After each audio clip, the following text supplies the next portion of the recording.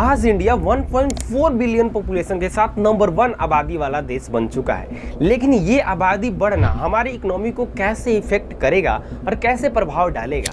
अगर ऐसा ही रहा तो आने वाले कुछ सालों में ही भयंकर महामारी, बेरोजगारी और भूखमरी देखने को मिलेगा। यहाँ तक हमारे रहने के लिए सही से जगह भी नहीं बच पाएंगे। लेकिन इसके प्रभाव को कम करने के लिए यहाँ पे सरकार क्या कर रही है और सरकार की बातों पे हम कितने खरे उतर रहे हैं?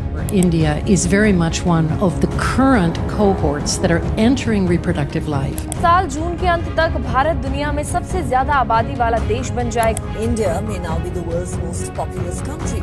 जून के आखिरी हफ्ते में भारत की जनसंख्या चीन से लगभग 29 लाख ज्यादा हो जाएगी। A country on the cusp of becoming the world's most populous. According to UN estimates, India on Friday overtakes China in terms of population, edging ahead with 1.442 billion. हमारी इस वीडियो की शुरुआत हम यूएन द्वारा जारी किए हुए कुछ रिपोर्ट्स से करते हैं। यूएन की रिपोर्ट्स के अनुसार दोस्तों, हर सेकेंड इंडिया में एक बेबी का जन्म होता है।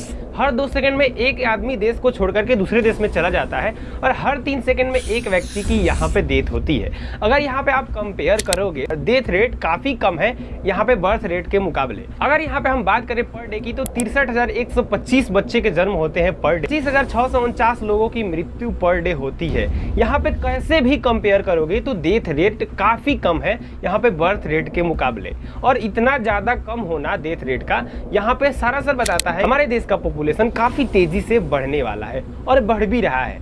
जनसंख्या के अत्यधिक तीव्र गति से बढ़ने की वजह से हर देश में प्रॉब्लम्स क्रिएट होते ही है। हर फील्ड में दोस्तों बहुत सारे लोग हो जाते हैं, टेक्निकल डेवलपमेंट स्लो हो जाता है, आवश्यकता से ज़्यादा लोग होते हैं लेकिन उनके में स्किल्स की कमी आ जाती है। और हर फील्ड में आवश्यकता से ज़्यादा लोग होने की वजह से लोगों के लिए लिमिटेड फंड्स होते हैं। अगर कोई यहाँ पे कंपनी स्टार्ट करता है तो बहुत सारे इन्वेस्टर की कमी आ जाती है, स्टार्टअप में फंड्स की कमी आ जाती है, तो यहाँ पे भी एक दिक्कत देखने को मिलता है। हर फील्ड में कंपटीशंस बढ़ जाते हैं और इसका एग्जांपल आप गवर्नमेंट जॉब की यहाँ पे वैकेंसी को भी ले सकते हो। जैसे ही दोस्तों कोई गवर्नमेंट जॉब का यहाँ पे वैकेंसी आता है, उसमें दोस्तों जितना ज़्यादा फॉर्म होता है उससे 10-20 गुना और 50 गुना भी ज़्यादा यहाँ पे फॉर्म लोग अप्लाई करते हैं। और इससे आप अंदाज़ा लगा सकते हैं कि हर फील्ड में कंपटीशन कितना ज़्यादा बढ़ गया है। तो जनसंख्या का बढ़ना कंपटीशन को सीधे डायरेक्ट यहाँ पे निशाना बनाता है बढ़ने। इसके साथ जनसंख्या ज़्यादा होने वाले देशों में अक्सर ओल्ड पॉपुलेशन का प्रॉब्लम आता है। मान लीजिए किसी देश की जनसंख्या बहुत ही ज़्यादा है और उसमें से लगभग 50% लोग यहाँ पे 60 से ऊपर के यहाँ पे उम्र के हैं, तो दिक्कतें आती है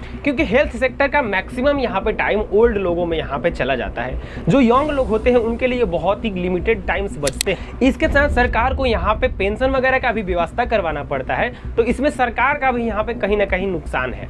लेकिन इंडिया के लिए यहाँ पे अच्छी बात यह है कि इंडिया एक यंगेस्ट कंट्री है। वहाँ पे 66% लोग यहाँ पे यंग है, लेकिन इसके बावजूद भी यहाँ पे बेरोजगारी और भूखमरी जैसा इशू इसलिए आ जाता है क्योंकि लोगों में स्किल्स की कमी आ रही है। जनसंख्या का एक बड़ा हिस्सा स्लम्स में भी रहते हैं, तो वहाँ पे भी दिक्कतें होती क्योंकि स्लम्स में लोगों का ज़्यादा होना और वहाँ पे गंदगियों का फैलना बीमारियों का रूप दे देता है। और इसका उदाहरण आप यहाँ पे महामारी कोरोना को भी ले सकते हैं, क्योंकि जैसे कोरोना ने कितने लोगों को यहाँ पे इफेक्ट किया, सेम वैसे ही कंडीशंस आ जाती है जब दोस्तों किसी भी स्लम्स वगैरह में कोई ऐसा भयानक बीमारी फैलता है।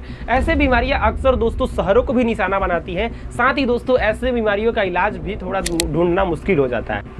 ये सारे कारण हमारे अर्थव्यवस्था को डायरेक्टली इम्पैक्ट क्रिएट करते हैं और हमारे देश को आगे बढ़ने में कहीं ना कहीं यहाँ पे रोकते हैं, स्लो डाउन करते हैं। जनसंख्या के इतने ज़्यादा तेज़ी से बढ़ने से नुकसान तो है ही, लेकिन इसके लिए अब सरकार क्या कर रही है? सरकार ने देश के आज़ाद होने के बाद से कौन कौन से प्रयास किए हैं जनसंख्या पे नियंत्रण करने के लिए? साल 1965 संजय गांधी और इंदिरा गांधी संख्या को रोकने के लिए गलत तरीके से 29 मिलियन औरतों का यहाँ पे गलत तरीके से स्त्रियों के गर्भ को रोकने का प्रयास किया जाता है। बहुत सारी स्त्रियों को इफेक्ट होता है। 15 फरवरी 2000 सरकार द्वारा नेशनल पॉपुलेशन पॉलिसी लागू किया जाता है और जनसंख्या को कंट्रोल करने के लिए 3 उनके उद्देश्य बताया जाता है। सबसे पहले इमीडिएट ऑब्जेक्टिव, उसके बाद medium term objective, long term objective. इसका मतलब है कि तत्काल समय में कैसे जनसंख्या को नियंत्रण किया जाए और 2010 तक कैसे जनसंख्या नियंत्रण को और ज्यादा कंट्रोल किया जाए और 2045 तक स्थिर जनसंख्या प्राप्त कर ली। इस पॉपुलेशन पॉलिसी का यही उद्देश्य था कि 2045 तक कैसे भी करके स्थिर एक जनसंख्या प्राप्त कर लिया जाए और जनसंख्या नियंत्रण कर लिया जाए। इस पॉलिसी में सबसे बड़ी समस्या ये थी कि इस पॉलिसी में नसबंदी और गर्भावस्था वगैरह पे ही ज़्यादातर ध्यान दिए गए। लोगों के इस पॉलिसी में लोगों के गरीबी स्थिति और शैक्षिक मार्ग को सुधारने के बजाय यहाँ पे नसबंदी और गर्भावस्था पे कंट्रोल करने के लिए यहाँ पे प्रयास किए गए। और दोस्तों इसी तरीके से ये पॉलिसी बिल्कुल फेल हो गई और कहीं ना कहीं इस पॉलिसी का असर बिल्कुल भी नहीं दिखता है आज के हमारे पॉपुलेशन कंट्रोल में।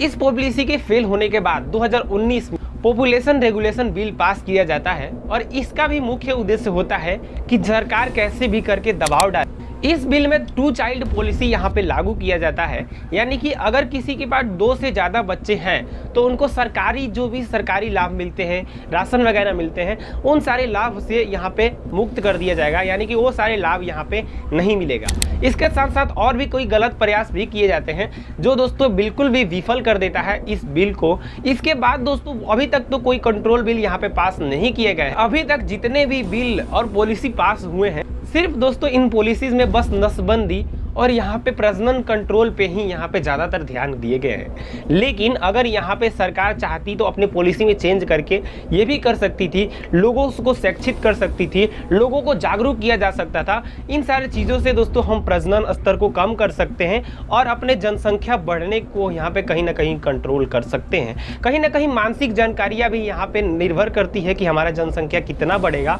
और कितना कंट्रोल होगा। 93.1% महिलाओं पे ही यहाँ पे नसबंदी करने का यहाँ पे असर देखने को मिला है। कहीं ना कहीं हम पुरुषों पे भी ये ट्रायल कर सकते हैं।